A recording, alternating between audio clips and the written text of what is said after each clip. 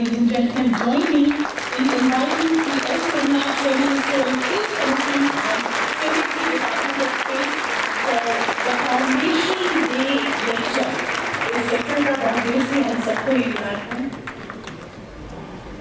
और अब बारी आती है कि उस शख्सियत को हम इनवाइट करें, उस व्यक्तित्व को आमंत्रित करें जो हम सबको फाउंडेशन डे लेक्चर का बना कर देने जा रहे हैं। जोरदार तालियों के साथ सुनिए।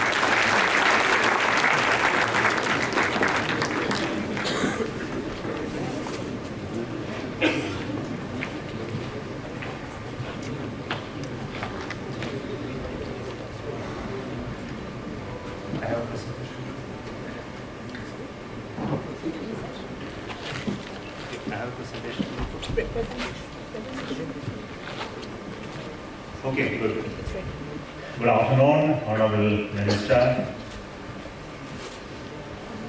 Honorable Principal Scientific Advisor, DG CSIR, Srimati Gita, all the distinguished members of the CSIR family and the extended family, as the DG already told. The awardees today, my greetings to you all on the occasion of the CSIR Foundation Day.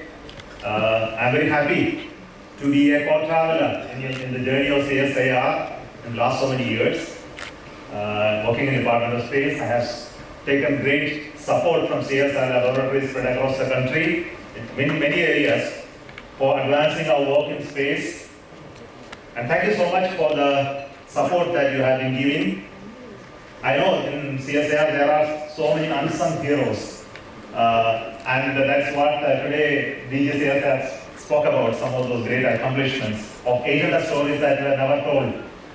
I will be happy to hear those stories someday. Today she just mentioned only 8 of them, but I am aware of many more. Thank you so much for that opportunity given to us to understand about the work of CSIR.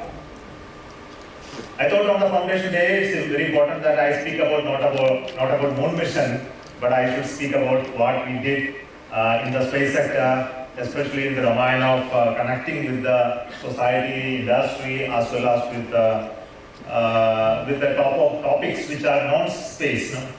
But of course, it has to do with a lot of space-related work. So I will just quickly go through the presentation. Because of the time crunch, I would like to try to complete it as fast as I can. So I will not spend much time on the material stuff. So you don't have to pay much of attention to the display or the graphics that I am going to put. I believe the slides will change from there. You can go to the next slide. Yeah, I can change here.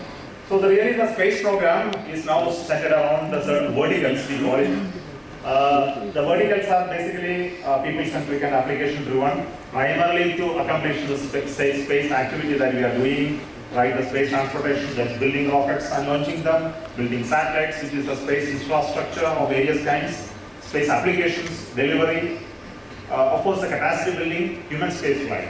So you can really see it's an end-to-end work which you have been doing in the space sector. It all started with applications first, then building the satellites, then building the rockets, and then building the infrastructure.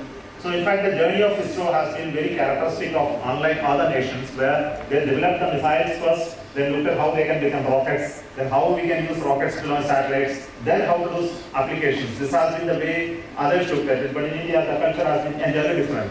We looked at the application, the utility first as the topic, and create the capability that we need to have in this sector over a period of time. The accomplishments are really in numbers, statistics, as we can see, really phenomenal for a country like us with a very less budget, number of missions that we have did in terms of rockets, the private satellite that we launched, the infrastructure that we have currently, 50 plus satellites are operating currently in various domains. We also have been successful in accomplishing a lot of technological demonstrations, which many of you know, so I won't spend time on it. The domain expertise in ISRO is actually from end to end. Unlike many other institutions, we do not outsource anything. I think we made it sure that the entire work of technical work which is required for building rockets, satellites, applications, you talk about anything, it's actually done inside in terms of the research. But of course, the manufacturing, production has been done in industry only. And this has been the characteristic of this organization very early part itself, though we have various technological domain capabilities, expertise. building them has been happening in industries, almost spread across 400 to 500 industries in the past. So the manpower or the scientific, technical manpower in the organization remained more or less static over the last 30, 40 years. That is something very phenomenal. And we were able to do the work of increased workload by making use of industries in a big manner. We focus on R&D domains continuously we do that. Of course, possibly you know that the indigenization content in the space has been substantially increasing over a period of time. For example, the rockets, if you look at 95% of the material, manufacturing, devices, systems in the rockets are actually sourced from India. And only 5% comes from outside, that's maybe some of the high-end electronic components. And this has not happened just like that. It has happened over a period of time, working with various laboratories in India, national laboratories, defense laboratories, CSIR labs. In terms of material indigenization, technology capability, the research that we did in terms of algorithm development, exploration, ground infrastructure, all of them happened through the research component of work that we have been doing over the past. The indigenization is something which I would like to look at it in a big manner, the electronics, including the processor that we fly in our rocket. The main computer, the chip is made in India, in our SCL. It's not a supercomputer, but it's a computer that is enough to run a rocket safely to space. So the Vikram 1601, Vikram 3201, where the processors designed here, manufactured in the foundry that is there in India. The electromechanical actuators, the DC power supply systems, the battery systems, the composites, energy storage devices, solar cells, all this we started doing it over a period of time within the country itself. And we have created industries and capabilities to do all of this. We also work on applications across domains. We have been connected with ministries, departments. In fact, the Prime Minister has taken a very important step in bringing sure the space reaches everybody, and we are connected with the secretaries of departments. In 2015, there was a workshop in which all ministries and departments were asked to participate in space and to have projects connected to the space. And this really increased number of projects that we have in terms of utilization of space activities in various areas. It looks at climate and weather, the agriculture, the air quality measurement, the environment. I'll touch upon some of them very quickly for time. I am not going to read here. We also support the geospatial governance of the Government of India, connected with all the space flagship programs. And space component of all these flagship programs comes from Department of Space, and the connect with the farming, smart mining, smart transport, cities, urban transition, the delivery of the societal benefits to this, taking database from various sources, etc., etc., including disaster management. And it continues to be one of the, space continues to be one of the provider of the information. We also connected with various other SDG goals, as DG has been just mentioning. Many of the space-based information that are required, the measurements which are required for meeting all the SDGs have been supported through the space activities. We also work on Gati Shakti program, where the data from the space is very much useful for Pradhan Mantri Bima, Fasal Bima Yojana, or PMSY, or the Gram Sadak Yojana, the Amrit Mission, and a lot of data products are being supplied from our Earth observation data satellites for public good. We also connect with the startups based on the satellite data, and they are making huge inroads into the business opportunity in the recent past. Some of the important benefits that we have provided to the society in terms of the space-based activities and geospatial data, which is used for modeling, monitoring the outbreak of the diseases. Telemedicine, of course, many of you know that it is one of the important services that we provide to our communication network for remote areas. We also have spin-off benefits, which I will quickly describe. We also have the climate and weather modeling and impact studies related data, natural resources mapping, air quality measurements. I'll quickly go through some of the environmental and pollution-related measurements, which is actually done through many of our satellites, where the concentration of nitrous oxide, the pollutants, or even the particles measurements have been done, aerosol depth measurements using space as well as ground-based measurements, etc., has been done through very well established sensors in space. We also look at climate change impacts, especially the global warming. We have a program called NICES, National Information System for Climate and Environmental Studies, which is piloted at our Hyderabad Center, National Remote Sensing Agency, which looks at the climate change indicators, also look at the agents that causes the climate change, and also do the modeling and impact assessment, which is very, very important activity under the NISES program, which is the centrally funded program.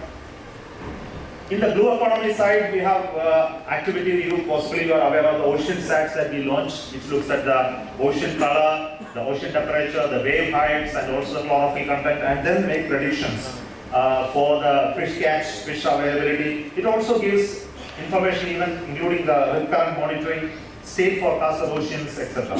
So this is actually piloted through some of the laboratories and the Department of Earth Sciences. So, considering the large sea coastal availability, the continuous monitoring of oceans is very important, and ISRO is bound to build newer and newer instruments for supporting the ocean research. We look at the green economy, which is mostly looking at the crop forecasting, the crop yield estimation. We work with the Mahalanobis Center for Crop Prediction, especially the Agriculture Department, and also we have the currently capability to look at the yield estimate of at least 7 crops, and which need to increase to more crops in the future. And in the future, we will be expanding this capability by increasing the measurement capability, especially looking at high resolution, thermal imaging, looking at forest fires. And I think possibly you may not know that forest fire monitoring is one of the important strengths that we have today. And our forest department is fully supported by our satellite data, and they are able to train entire staff to look at satellite-based forest fire monitoring. And we look at hyperspectral imaging, SAR, for example, NISRO, which is one of the US-India satellite which we are going to build, is actually going to be launched in the next early next year, which will look at the agriculture, the soil moisture content, the tectonic movement, etc. in a greater detail, which will support the agriculture sector. Disaster warning, disaster management, and we are connected to the National Geospatial Database Repository for decision support system for disaster. We look at various issues like the cyclones, floods, and other impact assessment, which is space remains to be one of the important provider of information for the national decision making. Communication continue to be remaining as one of the important domain, and here we are expanding our capability, especially in the high throughput. Possibly you know that the internet services through the private operators, we started giving through some of the satellites in especially remote areas. And our entire backhaul of your television broadcasting continue to remain as the ISRO satellites, and slowly we will get into the in-flight connectivity, maritime connectivity, and mobile services. Those private players are coming in this area. We are going to see a drastic change from the roles that are played by government agencies and private agencies. All of you are aware of the NAVIC system, where you continue to provide the position, navigation, timing services. Currently, we have stationary satellites, the geo satellites, doing the NAVIC constellation. And it is currently used for Aadhaar authentication, we use for geodetic networks, time dissemination, emergency warning system, train connectivity, etc. E-tolling systems we have already gone into. And the primary job of NAVIC is to look at the strategic sectors where we are trying to integrate our capability with the defense sector equipments. But there is a role that we have expanded in the coming days into a much wider network, and as well as a global network. We give a lot of technology spin-offs in this row. Some of them I just want to tell you. Whatever I mentioned are really connected to the space work. But we look at a lot of technology transfer to industries. For example, we have transferred the lithium-ion cell technology. And I want to tell you that all our rockets fly with our own lithium-ion batteries, which are built in-house. And we have started doing it in our industries. DHL is taken over this building of this high-power lithium cells. And also low-cost cells. We make polyurethane food, silica aerogels, substance rescue vacuum, softwares. So these many technologies and patents and transfers have been happening from the 1978 onwards, and it continues to be published and handled. I just want to tell you now some of the non-space work that we have done. Recently, we have developed a ventricular assist device, which is a turbopump-based, magnetic levitation bearing-based heart pump, which can be used now. We are currently working with the medical team for core trials and its biological verification. Another is a microprocessors controlled limb, which has been developed now, which is fully actuator-driven, battery-operated, sensing the movement of the leg, and it has been successfully working trials are done, and it is now going to into the market now. And all this came out of the knowledge that we have in terms of material science, manufacturing. For example, the magnetic levitation that is used in the turbopump is based on the gyroscopes that we fly in our rockets. and actuators in the microprocessor control link is actually the actuator which are used for controlling the rocket nozzles in the rocket. So some of the knowledge that we have in terms of the space gets into such activities as well. Of course, during COVID time, like many others, we also developed a lot of ventilators, and this were done in few months of time, and we actually developed 3 different ventilators, one of them starting from a professional ventilator to a simply a breathing assist device. All 3 classes were developed and actually technology transfers happened. With industry, we have been working very well in the past, almost 450 plus industries, big, large, small, and possibly you are aware that many of the space grade items are now manufactured in India. I will tell you one example. Even the screws, nuts and bolts which we used to import during our early part of our career, my career, when I started it, entire screws, nuts, bolts came from US and UK. Not a single bolt is now imported from there. It's all manufactured in India, which are aerospace quality. And these are some because of the technology growth in material science, manufacturing, the aerospace quality that you have brought in. I can tell you about the connectors, relays, contactors, wires, materials, composites, plastics, adhesives that are currently being manufactured to support our space program. All happened because of the growth of the Indian industries over the last many years. In the future, we will be facing huge challenges, especially in the domain of smart transportation, where the need of space will come in when you are to monitor vehicle fleets. Autonomous car driving requires space technology support. We also need space support for smart city information, because the information gathering in terms of traffic management, the infrastructure management, monitoring, and environmental monitoring, all this requires a lot of space connectivity, and we are looking at how technology in space can really help you to create a smart city. We also look at IoT and supply chain management as a major topic in the future, where space will play an important role, where the IoT devices will support you in terms of collecting information of stock, inventory, fleet management, delivery of hardware across the country. It can even enter into agriculture area, looking at the pesticide control, the water, as well as nutrition delivery, etc. IoT connection to space becomes a very important domain, and we are looking at how to build IoT spacecrafts in the future. We see that IT and space integration will happen in the future. For example, you are aware of data comes from satellite, lot of observation data come. We also have the timing services, we have the surveillance data, we have the